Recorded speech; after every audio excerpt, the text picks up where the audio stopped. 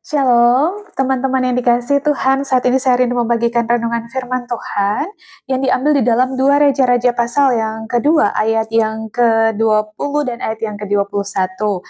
Jawabnya, ambillah bagiku sebuah mangkuk baru dan taruhlah garam ke dalamnya.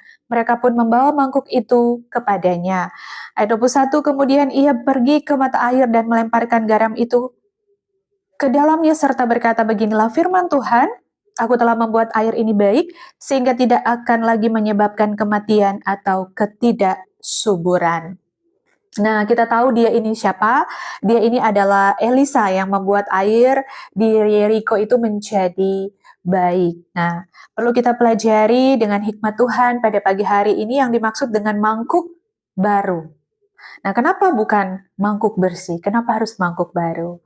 Nah, makanya mangkuk baru ini berbicara tentang manusia baru. Makanya Tuhan bercerita juga kepada Nikodemus bahwa engkau harus dilahirkan kembali. Bukan kita masuk kembali ke perut ibu kita, tapi maksudnya kita harus lahir dari firman Allah.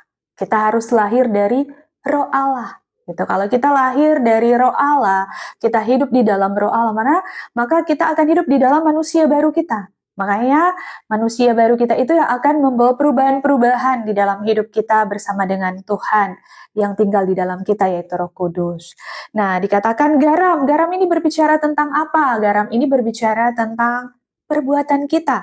Kalau di dalam Matius pasal yang kelima ayat 13 berkata, kamu adalah garam dunia. Jika garam itu menjadi tawar, dengan apakah ia diasinkan? Tidak ada lagi gunanya selain dibuang dan diinjak orang. Jadi kalau perbuatan-perbuatan kita tidak mencerminkan bahwa kita ini sudah hidup di dalam manusia yang baru, bagaimana bisa kita menjadi berkat bagi banyak orang? Dan ketika garam itu dilemparkan di air itu dan Elisa berkata, air ini telah menjadi baik dan tidak ada terjadinya, tidak lagi menyebabkan kematian dan ketidaksuburan. Nah, ini berbicara juga mungkin di sekitar kita ada orang-orang yang mungkin mati secara rohani, tapi ketika kita hadir dengan kehidupan yang baru kita, dengan perbuatan-perbuatan yang mencerminkan tentang kasih Kristus, maka orang-orang yang tadinya kerohanian mati itu dibangkitkan kembali.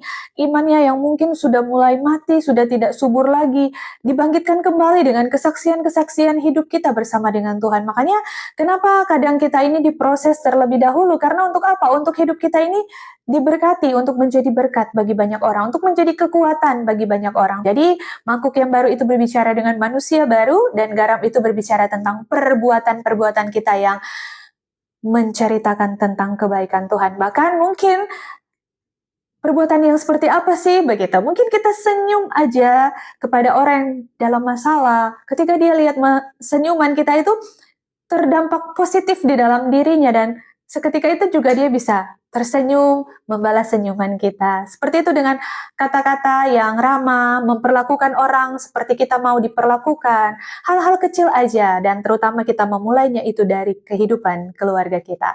Kiranya firman Tuhan ini dapat memberkati kita semua. Shalom dan God bless you.